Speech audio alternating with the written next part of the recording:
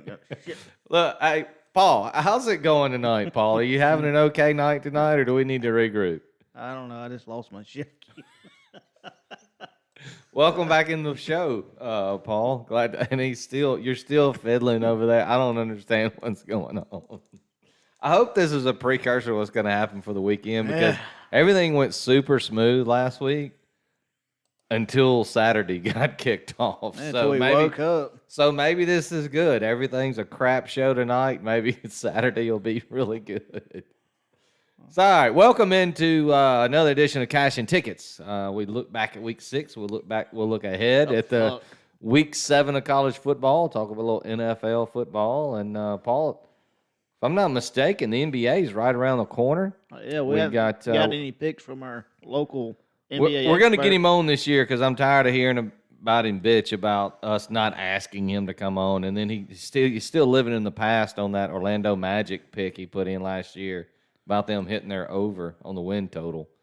I don't know if he thinks that makes him an expert or what. He put in one pick in 2 years. So, I mean, congratulations. Is that what we need to say? Or And we're in the midst of what, 45 consecutive days of football? Going to be a good time. That started, what, last Friday night or last Thursday night? One of those nights. So we're in the midst of that. Also in the midst of an incredibly bad losing streak for poolside bets. So we're going to try to get that turned around. We'll discuss that and a lot more in this edition of Cash and Tickets. Brought to you every time by Poolside Bets. That's me, Franklin Johnson, my partner, Paul Robertson. Glad to have you, PJ. What do we got in store for this week? Let's talk about last week. We weren't the only ones to be bad last week. Just bringing that up. I know we were bad, and we'll show it, and we'll it's Tell the Truth Wednesday, I guess, before we put our picks in. But that's why they call it gambling. Hey, speaking of bad, though, there's some coaches out there that got some answering to do. It wasn't a lot of great head coaching decisions made over the weekend. Just kneel the ball. I don't understand that. Not run the ball, kneel the ball. Yeah, I don't understand that. How are you that bad at making decisions? I don't care what your philosophy is. It's a scoreboard business. Aren't you supposed to win football games? Yeah, I don't know how much money he makes a year, but he's way overpaid. If I was any other program, there was a talk at one time about him taking over whenever Nick Saban left, because Cristobal came up through the Alabama program. Yeah. Last Saturday did it for me, right? If you're a Bama booster or any of those people, look, we can't have that here. Right? Doesn't that put him out of that running ever? Or can you come back from that? Well, it's going to come up if he interviews for a job again. They're going to bring that tape up and go, okay, let's talk us through this last 2 minutes here. You never want to see the tape. Yeah. You never want to see the tape. What? So here you are. Yeah, explain this. Half your players are already shaking hands. Yeah. Game's over. I mean, they got a defensive player on the bench shaking his head going, what the F are we doing? We got a running back needs 1 yard to get 100. What do we got going here? It's so bad. And then, I don't know if it was just it's not really incompetence, but, Jed Fish out there, Arizona, had a shot to beat USC last weekend. Yeah. When you're trying to beat one of the best teams in the country, especially the team that has the best quarterback in the country, don't you just run your best 2-point play in the first overtime and try to win that game? Because, I mean, if you lose, you lose. That's fine. You came into this game thinking you were going to lose it. Not thinking, but, big chance that you were going to lose. But now you're in overtime. Both teams score. Now you have a chance to win it right here. One play, first overtime. Run your best 2-point play. The 2-point play that you're always going to run first. Yeah, run it now. The one you draw up at Christmas. Right. Why didn't they just run it then and try to win that? And then they kick it and they give the ball right back to Caleb. I don't understand it. I'll never understand that. Well, I mean, what would you have done there? Would you have gone for 2 or would you have kicked it and move on? I'm going for the win if I got a chance to win the game. Go for the win, right? I'm not trying to tie nobody. No. I don't care what happens after that. I know you go to overtime. Screw that shit. Yeah, I mean, we got things to do. Either you're gonna win or lose. Just do it. and Let's go. not only that, in the second overtime, not only did this coach make a blunder there, in the second overtime, he tried to go out there and kick it again, where you're not allowed to. They had to tell him. They had to tell the coach what the rules were. Say, bro, you can't kick it here. You gotta go for 2 now. Yeah, football's hard. Okay. Look, it was a lot of bad stuff, and then Maryland had awful clock management at the end of the first half, and you're beating one of the top 5 teams in the country, and you manage the clock bad, then you come out in the second half, and that's lingering on you, and then you coach differently, and then they end up not even covering the 14 points or 19-point spread because they lose by 20. They had every opportunity. If they had coached at the end of the half and in the second half the way they coached the very first of that game, I think they would have been in that game. Just, I don't know. I mean, I guess, Yeah, I can. After last week's performance, I kind of shunned away from all the scores and whatnot. So this is kind of the first time I'm actually looking back. yeah. Yeah, I don't fucking Georgia Tech. And here's the thing: Miami should have beat them by 20 anyway. Wasn't the spread 20? No, it's 19 and a half. I had them. I was like, you know what? I'm 0-5 on the day, but I've had a big day. I had a lot of things going on. I got busy. A lot of traveling went on last weekend. But I had one more game, so I'm going to sit here, drink my beer, watch Miami cover. Yeah. And they lost outright at 19 and a half. And I used up so much energy trying to get your first 2 picks home. And I had, we had everybody in the pool house. My wife's there. Josh is there. Megan even came over during those. And I was like, hey, guys, I need you to focus right here on Army and BC. We need to get a stop right here. I said, if somebody else can focus on Toledo over here, we're at 17. We need 3 more points to get this cover from my boy Paul. Well, let's start off with a good day. No. Everybody's on their phone and got doing their own that. thing. Yeah. It just 13-6 at a half and couldn't do shit. Was it 13-6 at the half? Yeah. Oh my God, that's brutal. They couldn't stop each other in the second half. Oh. Toledo didn't cover. You had 3 points in the fourth quarter. Get the fuck out of here.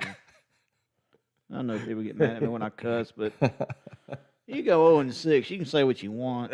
I think so. What I mentioned in our on the Twitter and the Facebook post, putting it out there that we were going live. The only good thing that happened this weekend was somehow, some way, the Steelers gave a big middle finger to Matt Canada and went out there and actually scored points and beat the Ravens. And then, of course, the 49ers just absolutely put a stomping on the Dallas Cowboys. They're chanting. He's up in the booth. Fire Canada the whole time. And then you turn on the Pittsburgh Penguins game, the hockey team. They're chanting "Fire Canada." The hockey game was. Oh my God! So I don't know what they're gonna do with it. There's too many good offensive minds out there that have ties to that Steeler program. I don't know. Whatever. Doesn't make sense. The guy wasn't good in college. He couldn't be bothered to be happy for his team after the game-winning touchdown. George Pickens makes the nice catch there, and that dude looked like he was at church or is at school taking a test or. It's like crap. It's like, how do we score? I called a play where I knew we wouldn't score on it. Here they are. What a dope. All right, Paul, we're going to do this real quick because there's no point in looking at it too long. Yeah, rip the Band-Aid off, man. All right, here we go. This was last week, week 6. There it is right there on the screen. Where's all my L's Yeah, at? I didn't put wins and losses out there because I think everybody can understand. If you look at Kansas +2, it was literally the only win on this page. As a group, we went 1-11. I went 1-5. Paul goes 0-6. And what's funny is check out this. See the Old Dominion +1.5 right there, Paul? Yeah. Remember I told you that wasn't correct. I took the Old Dominion Southern Miss over. Yeah. Oh, what they got there and win? Old Dominion won, but they didn't get the over. So if I'd have kept it like this, I'd have gone 2-4, but I didn't. I took the over. Of course, Old Dominion won like 20-17 or some bullshit. I mean, it was not just brutal brutal week. Fresno State loses outright. TCU loses outright. Kentucky gets obliterated. Washington State was winning that game late into the third quarter. They get beat. Syracuse had nothing for North Carolina. Washington State, UCLA could not score. Toledo wins by 18, of course. I wish I could share my screen because I would show my action from last Saturday. It looks just a whole bloody mess. It's just a bloody mess. Shit. Look, bad bets. Bad was fit. Oh, man. The damn Action website. is talking shit to you. What is this shit now? What'd South Florida do? They didn't win. They didn't even win, did they? No, Lose they lost- outright? I think they lost. Didn't they play UAB or somebody? Yeah, that's right. UAB run them out of the building. Couldn't stop me and you. No, they couldn't. We could have gone out there and scored 20 on South Florida. Jeez. BC Army, we mentioned it. They couldn't stop each other in the second half. Look at What is that red? There's a lot. You had a lot of green going into it. We were trending well. I was coming off Fuck. 2 weeks where I went 9-3, and then I go 1-5. Just brutal. And of course, we mentioned the Miami game. Miami, of course, did not cover the minus 20.5 because they did not even win the football game. And of course, if you look at that charity, that's the wrong one. I didn't update that. That was from 2 weeks ago. But yeah, there was a 4-teamer that was supposed to be in there right there. Apparently, I forgot to update that. It went 0-4. Yeah. It went 0-4 because we had We're sorry, kids. that charity parlay had it had Fresno State -6 loser. It had one of my other picks that lost, and then it had South Florida -3.5 for Paul. And then it had the Washington State UCLA Open. Yeah, so our charity parlay last week went 0-4. I mean, you got to work hard to hit those numbers that we hit last week. Yeah. But we didn't even stumble into one. That's brutal. Yeah. I have no excuse. I tried. Did you really go back and look at the tape? We have a bad week Hell of practice no. or what? I mean, we did I threw that shit in the garbage can. yeah, just a one bad week. That's all. But anywho, Of course, I've had 2 of them this year, but I had battled back from the first one and was 6 games over 500 or 4 games over 5 games over 500. Now I'm just bad. It's just bad.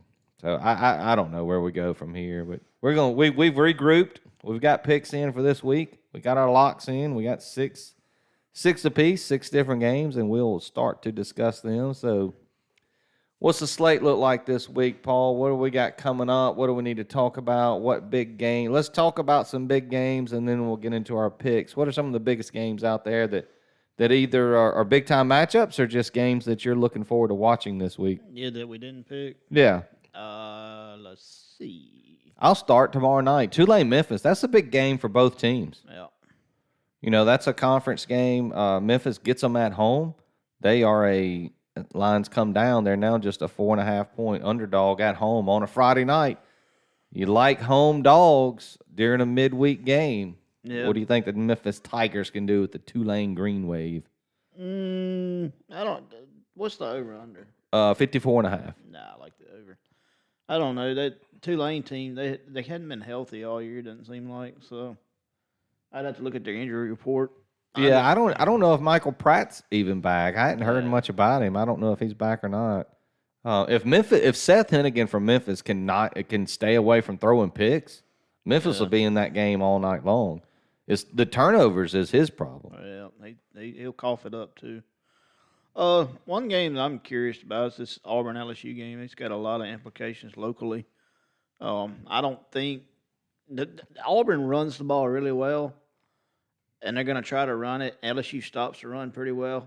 LSU is weak on the back end. Very I don't weak. think Auburn can take advantage of it. I don't. Yeah, this game it's a weird matchup, isn't it? It's crazy. I mean, they're going to have Peyton Thorne have the game of his life, and I just don't know. At LSU at night, Eesh. And LSU is probably a top 4 offense in the country. I mean, they're Oh, yeah, incredible. they're good. Jaden Daniels is having a great year. They got 2 stud wide receivers. But here's the thing: Auburn's really, really good on defense. No. So I was not expecting such a great defensive effort out of the Auburn Tigers. Well, With contrast, their offense is terrible. yeah, they run the ball. Like I said, I mean, he's gonna run it. That's what he's gonna do. It's just Who's going to have to? if you can't throw it on LSU, and I don't think they can. And not that LSU can't be had. It's just I don't think they physically have the players in place. To Yeah, throw the no, football. I get it. They don't have the right what their offense is good at does not fit what is bad against where you can get LSU. Yeah. Then you got let's see, USC, Notre Dame. I'm interested in that. I I got almost no. pulled the I have trigger. no way. I don't know how to go on that game. I think- can't make a Yeah. pick. I think Notre Dame beats them. I had this as a play, and then I backed off of it. All right, so let me ask you this: in that game, do you finally? Because I think they've been holding him back. Do they finally let Sam Hartman go? Open him up? Well, they didn't run. They're just not. They're trying to run the same old Notre Dame What? offense, and they have a good quarterback. Let the guy play. It was SMA, the running back too. I mean, I don't know. Something weird's going on. With I think that. they're tired. They've had a brutal schedule. I mean, That's a tough awful. schedule. Yeah. And I think they're just they need a bye in the worst way. But if you can't get USC's defense, I don't know what they're going to be able to do the rest of the year. After the way that they got manhandled by Louisville last week, just a tough schedule. Notre Dame can score at will on this team. They should be able to stop Caleb Williams and them at least enough times to win this thing. It's only 3 points. I guess the 3 points at home you get. Yeah. So Big game in the SEC East. You wouldn't typically say this, but you got 2 5-1 teams squaring off. Missouri travels to Kentucky. Both teams coming off a loss. Missouri. Speaking of other, we forgot about. I mean, Drinkwitz just made punt the ball. Your defense has been able to get LSU off the field a few times. It was 4th and like 30. Punt the football. You're down 3. Punt the football. Get the ball back, and then try to go win the game. They try to go for it, and then the pick 6 happens late. Just brutal by Drinkwitz there. And then they got to go to Kentucky. So then Kentucky's coming off of just a beat down by the Georgia Bulldogs. So we'll see which team can jump off get up off the mat there after both of them taking bad losses. I would rather be Kentucky here. You got blown out. You just move on, right? yeah, you can just throw it away, kind of like our picks last week. Yeah, you just throw it away and move on. And Missouri's the one that's really going to have to, pick it all back up and try to get it back together. Big game in the Pac-12. UCLA travels to Oregon State. They travel to Pullman. I got that game. No, not Pullman. They travel to Corvallis to take on Oregon State. Yeah, I got it. You got that game, so we'll discuss that later.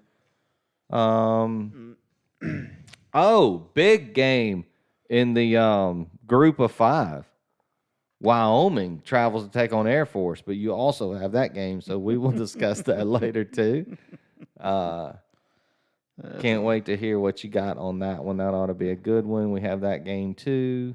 Got that game. Yeah, I think we're. A&M travels to Tennessee. A&M had every chance to beat Alabama last week, and just they didn't make good coaching decisions either. They had a 4th and 1 or something, and they should have just gone for it late in that game, and they didn't. They punted it, and then the incredible catch that the wide receiver made after his knee goes down. He gets up off the ground. He pops it up to himself, puts that game away for Alabama. I just don't know if I trust Tennessee and Joe Milton. Of course, they're at home though, so we'll see what A&M has. Yeah. What do you think Make sure you keep your helmet on, A&M players. Yeah, And get knocked out trying to leave Neyland Stadium. that's right. Yeah, don't want to get a golf ball to the ear hole. I don't know. I'd like to see Tennessee beat them just because. I don't know real reason why. If A&M's not going to beat Bama and help us out, then screw them. I hope they lose every game they play. Yeah, I mean, if A&M's not great in the back end, they're really good up front. Joe Milton's going to have to hit some of those long balls. I mean, he's got plenty of arm, but can he be accurate enough to hit them? And he's going to have to, because that's where you're going to be able to get A&Ms on the back end against that secondary. But if you can't hit the long ball at least a couple of times, Tennessee's going to be in trouble. Yeah, I don't. Anything are there any big matchups in the NFL this week? I did actually see. That's how weird last week was. I Like, I nailed the NFL. I know, which is crazy. Oh, hell, I can't hit none of them. You had a sumbitches. big Sunday, hit a little 4-teamer you put in Sunday. Stupid, man. I can't. I don't know. I hope the world gets back right. And we had the big matchup last week with the 49ers taking on the Cowboys on Sunday Night Football. That was a lot of fun for me as a 49ers fan to watch them take down the big rival. I don't know if there's any big games this week, I don't see any big matchups. I mean, goodness gracious. The Bills taking on the Giants, bloodbath. Eagles taking on the Jets, bloodbath. Tonight is the Chiefs and the Broncos. Just a bunch of gross matchups this week. Yep. Seahawks and Bengals look about to be the best game. What? Yeah, I mean, as far as who's playing each other, I mean, that's about the best. Everything else looks like, one-sided. Lions, Buccaneers. Lions going on the road. Lions aren't as good on the road as they are at home. Lions, Bucks, and the Bucks are 3-1. That ought to be a decent game. Chargers, Cowboys gonna be a good one. Oh yeah, I didn't. When do they play? Next Monday night? Yeah, Monday night. Okay, that's why I missed that. Cowboys got to go across the country again. They just went to the 49ers. Now they're going to Los Angeles, no longer San Diego. Take on the Justin Herbert and the Chargers. Herbert having a big year. I mean, it's too bad. I think he's got terrible coaching, and they don't have enough around him on the offensive line. But I'll be pulling for the Chargers Monday night. Yeah, buddy. Your Steelers have a bye week? Thank God. Yeah, I mean, I don't know. Until they do something with Canada, it doesn't matter. It doesn't matter. It doesn't matter. All right. Well, let's get into it, Paul. You ready? I guess. All right. Here we go. Here it is, Poolside Bets going into week 7. We are now, after the bad week, 32, 36, and 2. After the 1-11 week, we dropped well below 500 after being 4 or 5 games up. We were 32. We were 31 and 25. We were 6 games clear, and now we're 4 games under. Well, hell, I took care of that on my own. 500. Shit. I'm now 18 and 17 on the year. Paul's 14, 19 and 2. He has the 2 ties on the year. Of course I do. Of course I tie. All right, so I'll get started this week. I think I had you start last week. Go ahead. So this week, after taking a look at the tape last week, I decided, you know what? I over-prepared last week. I was coming in on a high. I was 9-3 after 2 Saturdays. I was feeling really good. So I really dug deep. I tried to have a good week of practice, and I think I just over practice. I wore myself out come Thursday, and there was too much in the head, and I wasn't clear. So this week, I threw that all away. I didn't dig deep in anything. I didn't get deep in the team rankings and look at all the offense and the defense. Just going what I think is right. I'm going back to teams that I know have been good to me. Good sound logic. Yep. So I'm starting with James Madison at home. You look at this on paper, it's a terrible matchup because Georgia Southern slings the ball around a lot, and James Madison gives up over 311 yards passing on offense. But they're very good at home. They're still undefeated. The line's only, I think it's now 6. I've got 4.5, so I must have. When I wrote 4.5 down, that was yesterday, so I probably need to change that. So as far as we go, we'll use 6. I'll make that change, but I'll still take James Madison -6 to defeat Georgia Southern, the Eagles, right? I believe they're the Eagles, Georgia Southern Eagles. Sounds right. I just don't think Georgia Southern's going to have enough on the road. James Madison gives up nothing on the ground. They give up about, 70 yards on the ground. They'll make Georgia Southern one-dimensional, and James Madison will be able to outscore them. And since it's under a touchdown, I'll take the James Madison Dukes -6. Yeah, trust the process. All right, my first game's at 11 o'clock Big Ten Network nap of the day. Rutgers -4.5, hosting the Michigan State Spartans.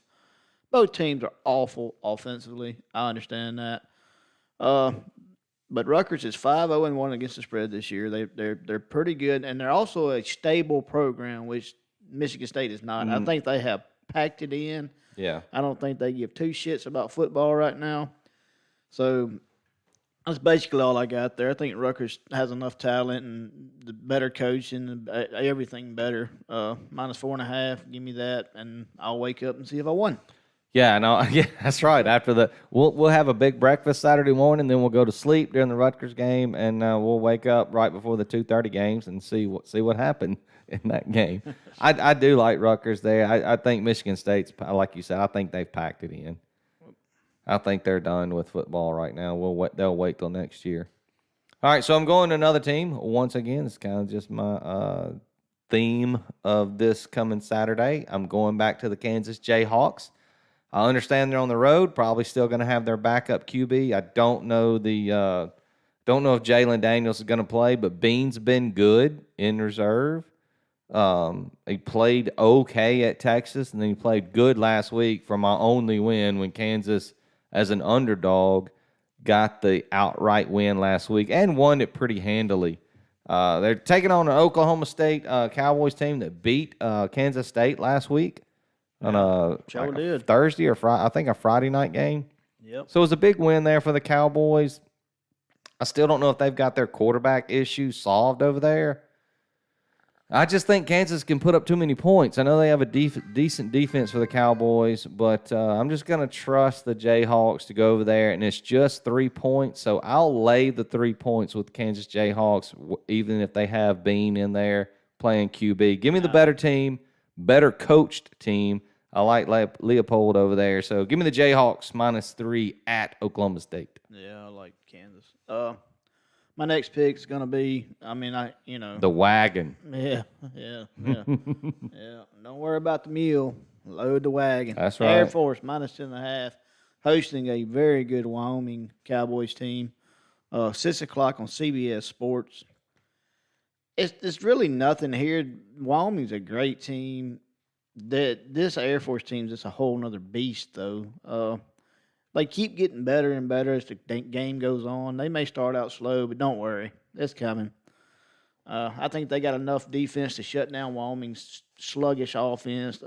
Wyoming's offense is not very good. Well, everything Wyoming wants to do on offense, No. Air Force stops that shit. No. I mean, they're so good at shutting down running offenses that this is no wonder the line is 10. I get what Vegas is doing because it's just not only is Wyoming on the road, it's a terrible matchup for them. Yeah.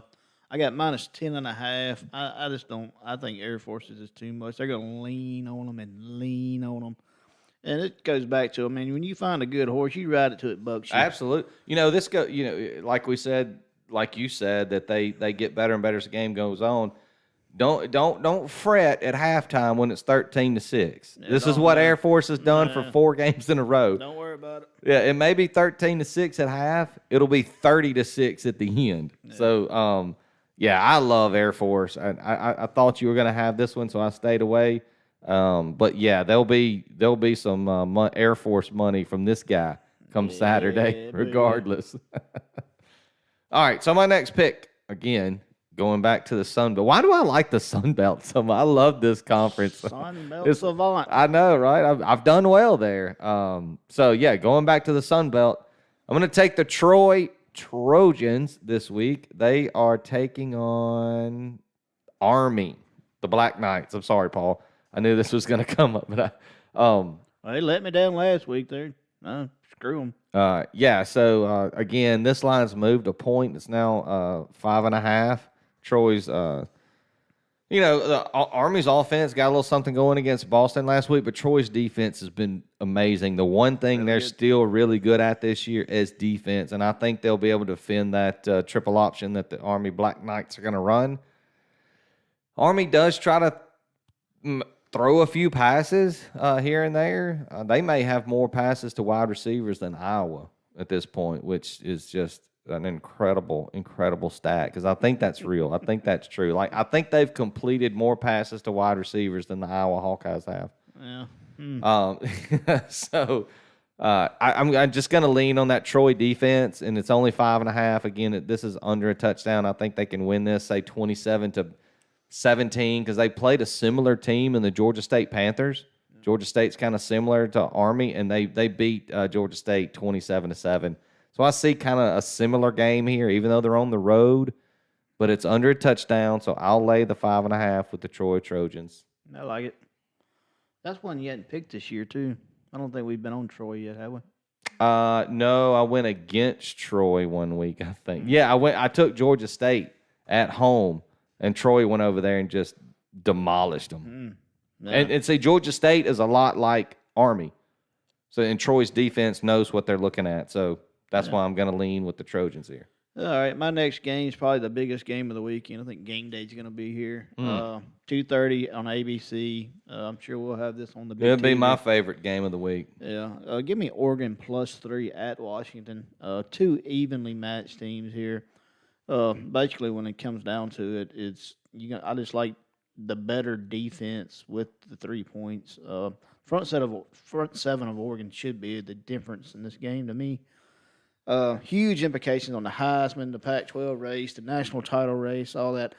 Penix versus Nix is going to be a fun show to watch. I think Oregon's defense will give Penix trouble. I know that's a blasphemy thing to say, but I think it's 14 of the last 17 times these two teams have met. Oregon's won outright.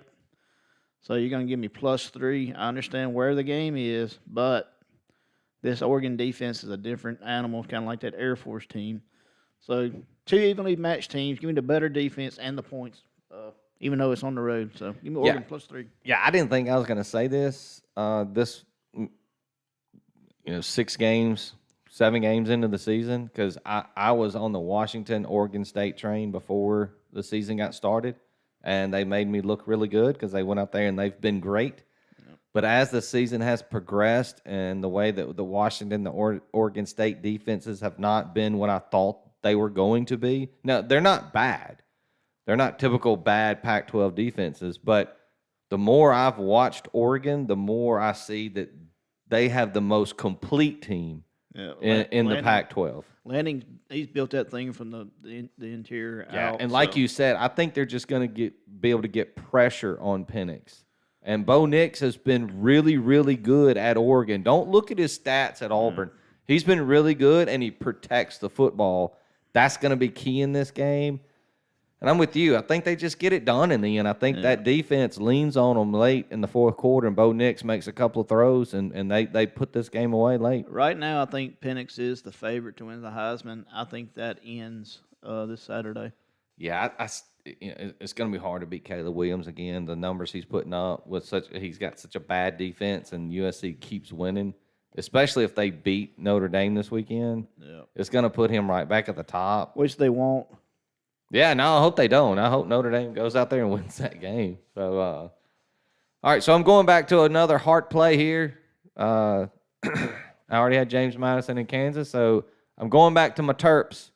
I did not have them last week, and I'm glad I didn't because I would have gone 0-6, or that would not been any fun.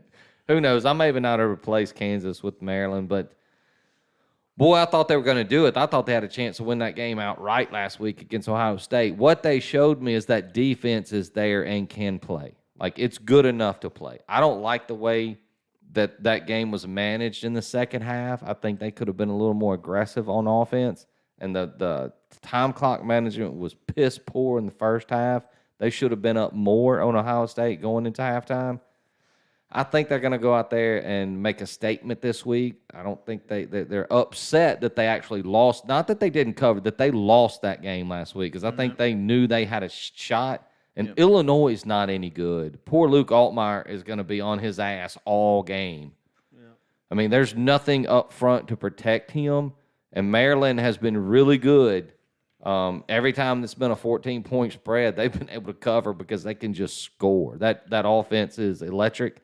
So I like Maryland to win 17 to 20 points this weekend. So give me the Terps minus 14. Yeah, Mike Loxley's done a great job there. He comes from that Saban tree. He knows how In to years get past, the defense wasn't very good, and he's getting that turned Nah, yeah, around. he's building something there. It's good. All right, my next pick. I'm go to Boulder, Colorado. And Prime time, baby! America's favorite team. But I'm going to do a little different this week. I'm going to take the Colorado team total over 35.5. This is 9 o'clock on Friday night, so it's tomorrow night. If you want to try to get on this, there's no reason why Colorado don't score 50 here. It's just they're gonna. There's too much everything for Stanford. Stanford's just not very good, especially on the defensive side of the football. If they don't score 50, I'll be shocked. And Coach Prime time game, he's gonna have the only game on at 9 o'clock at night. Yeah. If you think he's not gonna put his foot on their throat, you're crazy. And there's a chance Travis Hunter can play in this game. Yeah, he should be out by halftime. And that makes a big difference if he can play. Yeah, they may cover this total by halftime. Yeah, they may put up. They'll get close for sure. I think they can have 30 at halftime. Yeah. So give me the 35.5. I put on here 36. Is that maybe did I misread what you sent me? I don't know. Hold on. Well, let's get the live line. We'll just use it. If it's under 40, I'm taking it. Oh, you did send me 35.5. I just accidentally typed 36.5. Yeah. So over 35.5. Anything under 40, just go get it. Yeah. It should stay under 40 come by tomorrow. I doubt it moves 4.5 points by tomorrow. Yeah, you can go on to your next. Oh yeah, I'll move on. So yeah, I'm just gonna ride this wave here because this team's been really good. They're coming off a big time win last week. The Louisville Cardinal gets a huge win over Notre Dame last week, and I know Notre Dame is probably they've had a tough schedule, and they're probably tired. They looked tired in that game. They just looked like, hey, coach, we need a break. We need a bye week. We need something. And now they got to go against Caleb Williams and USC. So good luck to the Notre Dame Fighting Irish. But Louisville, they looked great. I mean, they absolutely put it on Notre Dame last week. And they get and here's the thing. Here's the reason this play is what it is. Pittsburgh is god-awful. So the only thing you're looking for here is Louisville going to have a letdown. If they can get up off the mat after the big win, of course they want to stay undefeated in the ACC. They're going against 1-5 Pittsburgh team who lost to Virginia Tech. Yeah. I mean, they've just got nothing. Pittsburgh's probably packed it in. Pittsburgh's at home, but I don't think it matters. Louisville goes in there and gets a minimum 10-point win. So I'll lay the 7.5 with the Louisville Cardinal. I like it. Jeff Brom's doing a really good job there, and I think he's just going to keep scoring. As long as he can score, he's going to score. So I don't have any problem. I don't think there's going to be any letdown here. Yeah, that Colorado team totals up to 37.5. So holy moly! Yeah, I'm going to get it before it gets to 40. I think they're going to hang 50 on them, but hopefully it stays around that 37 number and we can get it there. Here's something. Yeah, you got to dig in there deep for this next pick. Well, on the Mountain West Network. Mountain West Network. That's a thing? Apparently so. At 4 o'clock on Saturday. Mountain West Network. I had no idea they even had a network. That's what it says on Action. I don't know. I don't know if we're going to be able to watch this one, Franklin. I doubt it. But UNLV minus 9.5 at Nevada. Nevada's the worst team in college football. I think so. I don't have no stats or no fancy numbers. That's good stuff. But no, 5-0 against the spread this year. The Running Rebels they're going to move to 6-0.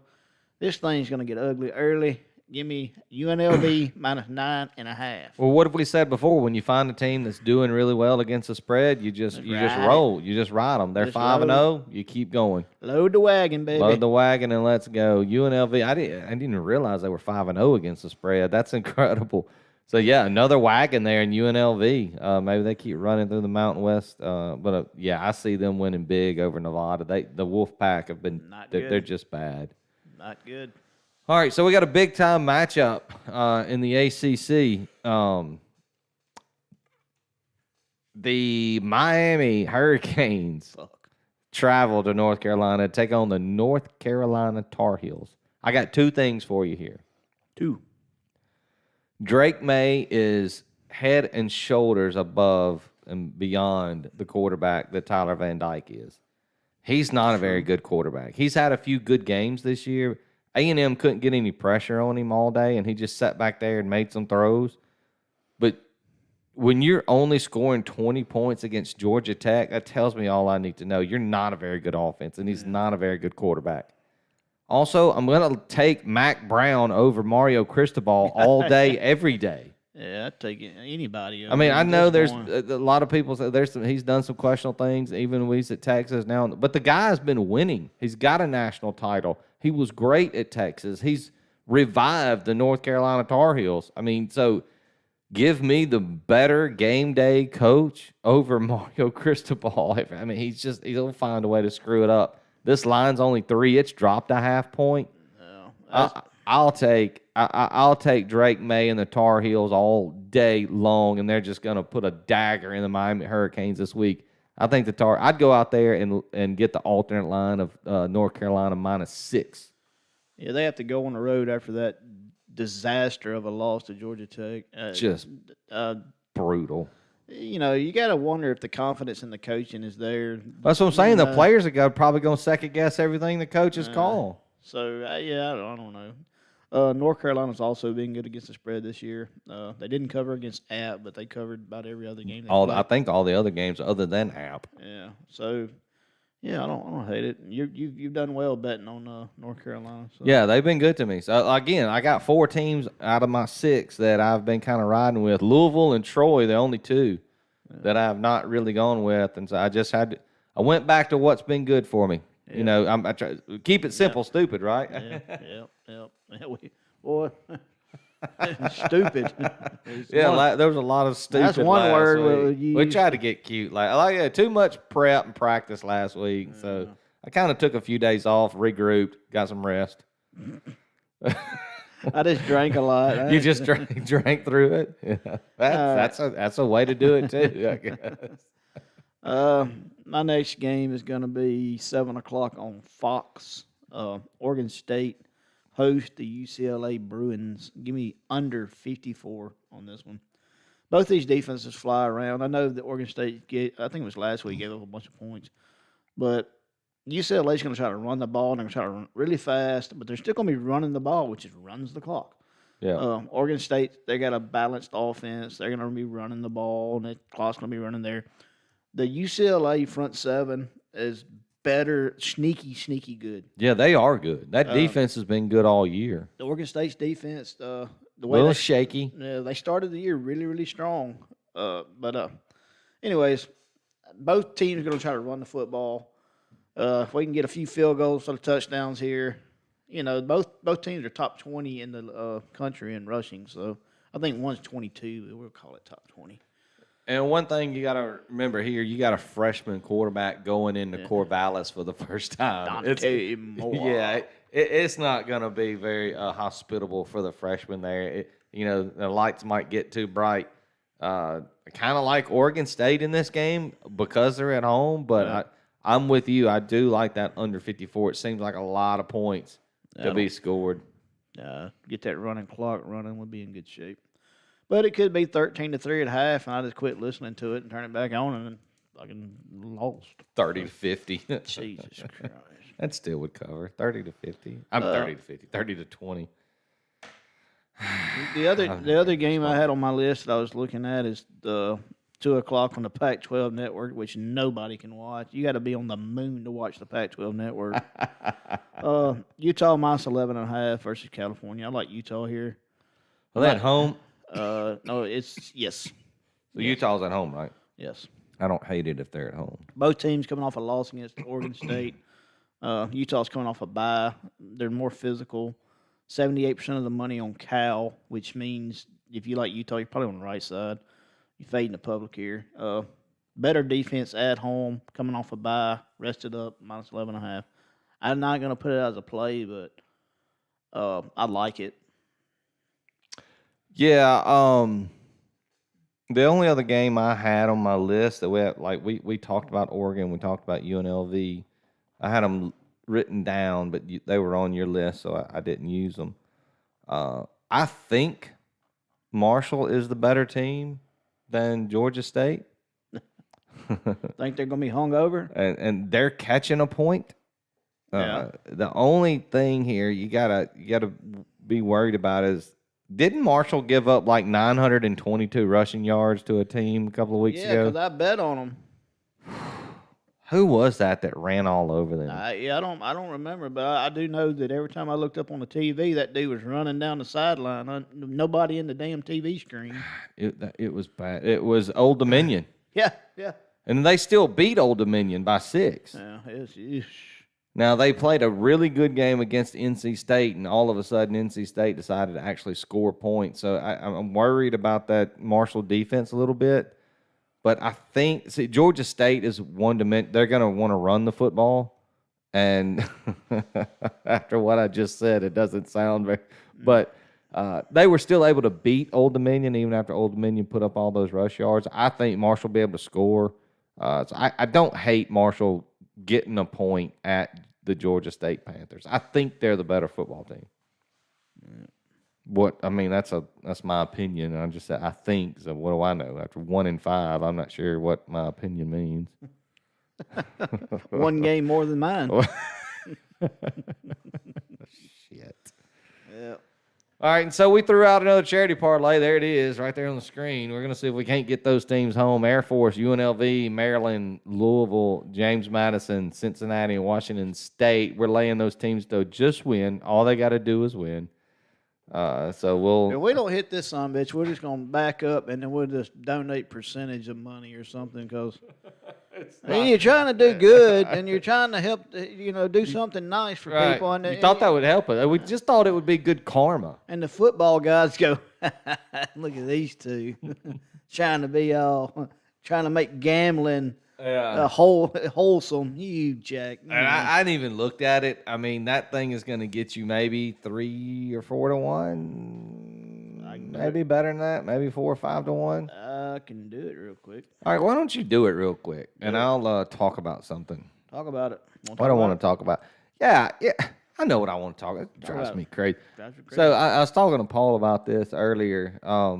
There's this guy that writes for The Ringer, and The Ringer started, I want to say Bill Simmons started like The Ringer. He was doing NBA podcast for The Ringer, so maybe The Ringer's just a big sports deal, and Bill Simmons, I don't know if you're a big NBA guy, but Bill Simmons is a big-time NBA guy, big Boston Celtics fan.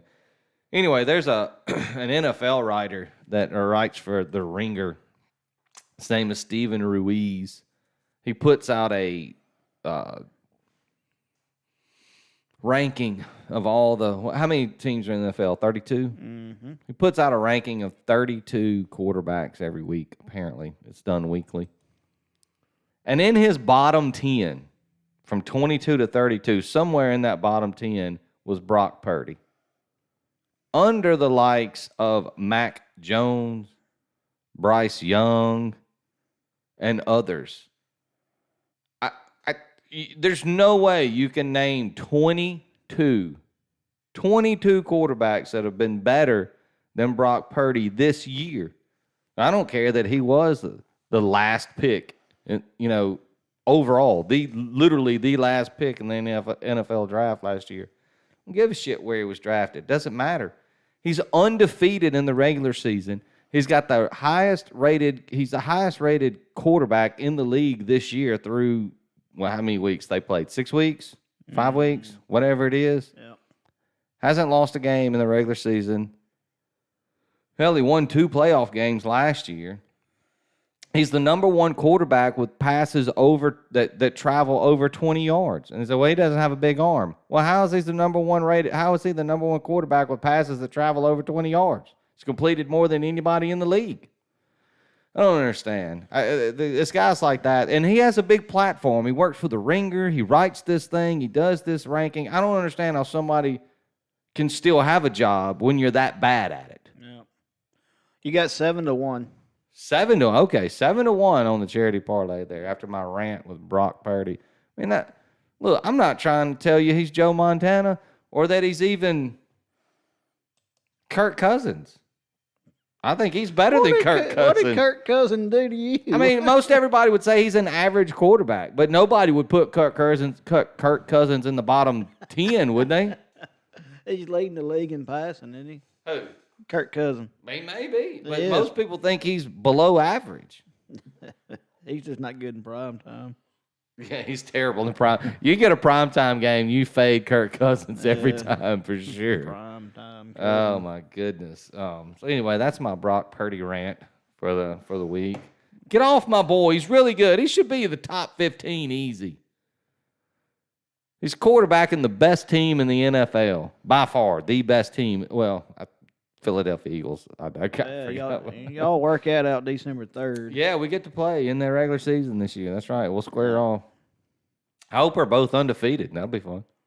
Well, the only thing I'm care about is that the Dallas Cowboys has the right quarterback and they have the right coach in place because I think they should never get rid of Dak I was or worried, Mike McCarthy. I was worried about it, but what's his name come out there and he told me right on the radio he's got the guys in place. Who told you that? What's the Jerry Jones Yeah. said they have the right to in place, Yeah, huh? he made clear that it is not Dak's fault, and I was like, okay, it's not Dak's fault. That's okay. He keeps throwing picks. I don't know whose fault it is, but it's not Dak's. Well, he throws picks against the 49ers for sure.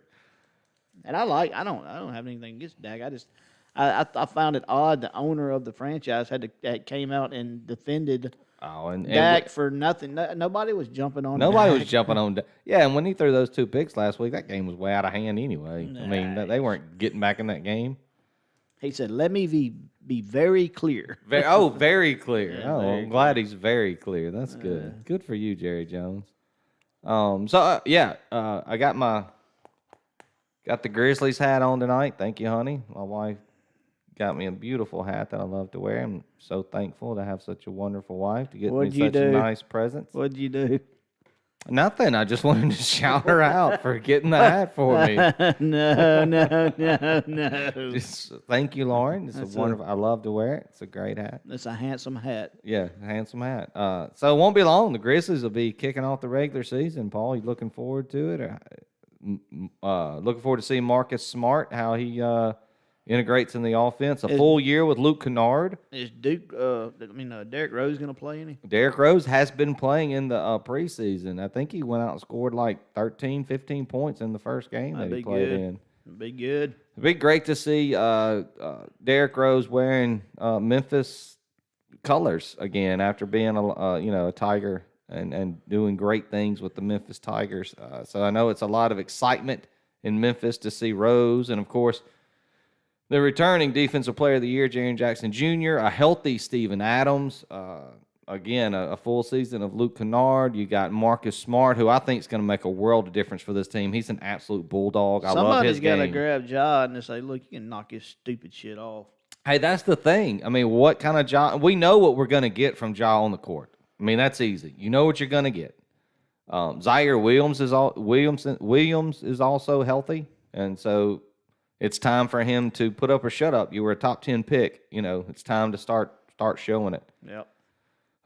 Who we got? David Roddy, of course. Desmond Bain. I think this is the year that Bain makes an All-Star team. I mean, he's so good shooting a 3-ball, and he can get his own shot. Dribbling, and he's lost a little weight. He doesn't just look like swole Bain anymore. So a lot of fun. Can't wait to see the Grizzlies tip it off in about 2 weeks, I believe. So we got so much going on. The Major League Baseball season. I think the Braves are fighting for their lives tonight. Yeah, I wonder Paul? what that score is. Can we get a live update on the Atlanta Braves and Philadelphia Phillies? The Bravos. I know we got some people out there that are a lot of Braves fans, and this this neck of the woods? It's tied up bottom of the first. Just started. Phillies got 2 on. Phillies are already getting 1 runners out. on the Yeah, bases. they're already getting the Strider early in the first. Ooh, I that knew it ain't was going to good. be a tough matchup for the Braves. I mean, they had so much break. They didn't play hard. They didn't have to play hard the last week of the season, and then they had that break when they had the wild card games. It's hard to just rev it back up. So, all right. So, look, here's the thing. We sucked last week. Okay, we're just we know you don't have to.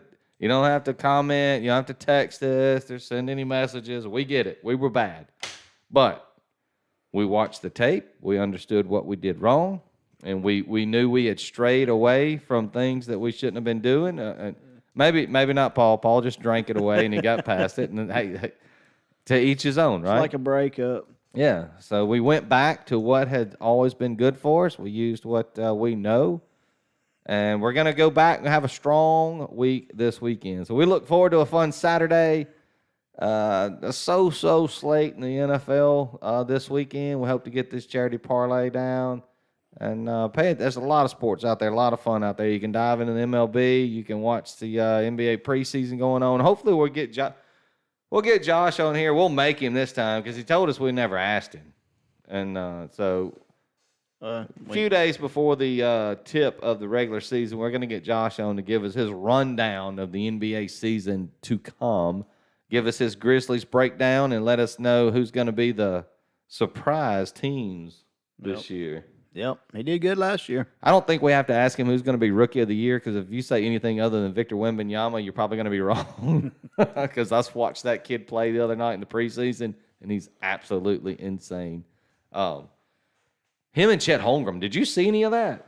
Nope. Holy hell, them two going against each other was incredible. Both those kids are going to try to take over the NBA. Anyway, that's it. We're going to wrap it there. Good luck to all your picks this weekend. We'll be watching R12. You write them down and fade them if you want after our last week. We understand if you do. But we're going to have a big week this weekend, and we're ready to get after it. So, for cashing tickets and poolside bets, I'm Franklin. That's Paul. Thanks for watching, and we'll catch you next time.